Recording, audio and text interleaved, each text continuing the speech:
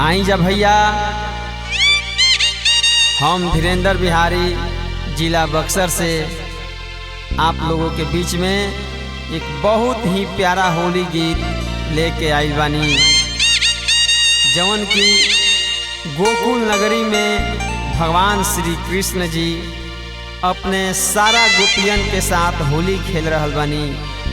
कैसे होली खेला तानी आई जा यह गीत के माध्यम से आप लोग सुनी जा और अपन प्यार आशीर्वाद जरूर दे जा।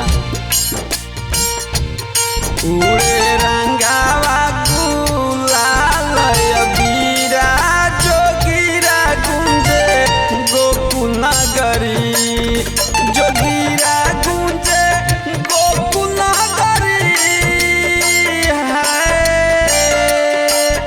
उड़े रंगावा गुलाल अबीरा जोगिरा गुंजे गोकुल नगरी, जोगिरा गुंजे गोकुल नगरी है। जोगिरा गुंजे गोकुल नगरी, उड़े रंगावा गुलाल अबीरा जोगिरा गुंजे गोकुल नगरी, उड़े रंगावा गुलाल अबीरा जोगिरा गुंजे गोकुल नगरी।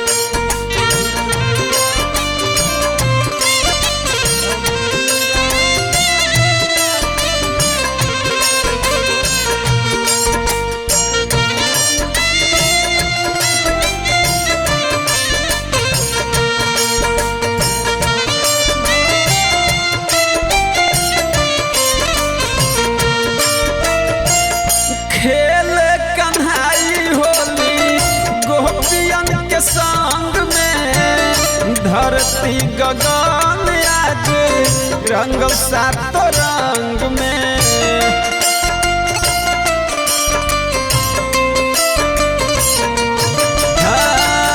खेल कन्हाई होली गोपियन के संग में, धरती गगन आज रंगल सात रंग में।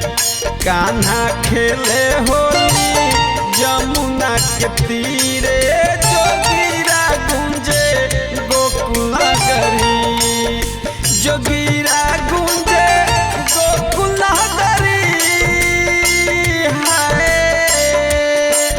जोगिरा गुंजे गोकुल नगरी, उड़े रंगावा गुलाल अबीरा जोगिरा गुंजे गोकुल नगरी।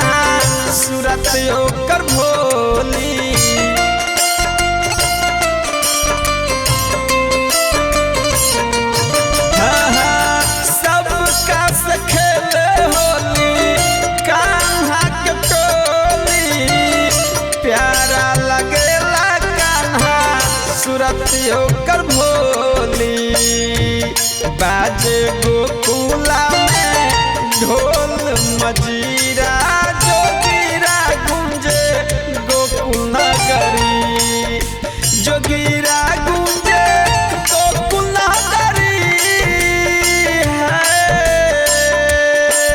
जोगीरा गूंजे गोकुल नगरी। उड़े रंगावा गुलाल अबीरा, जोगीरा गूंजे गोकुल नगरी।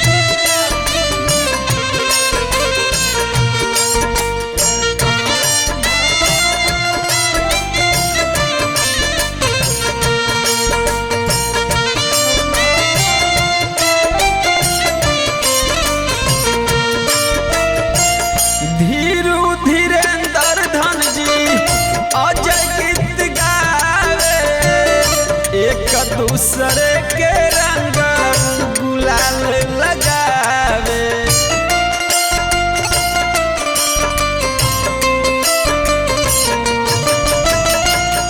धीरू धीरेंद्र धन जी अजय गीत गावे, एक दूसरे के रंग गुलाल लगावे, गोपियन खातिर हवे कान्हा हीरा, जोगीरा गूंजे गोकुल नगरी, जोगीरा गूंजे गोकुल नगरी है,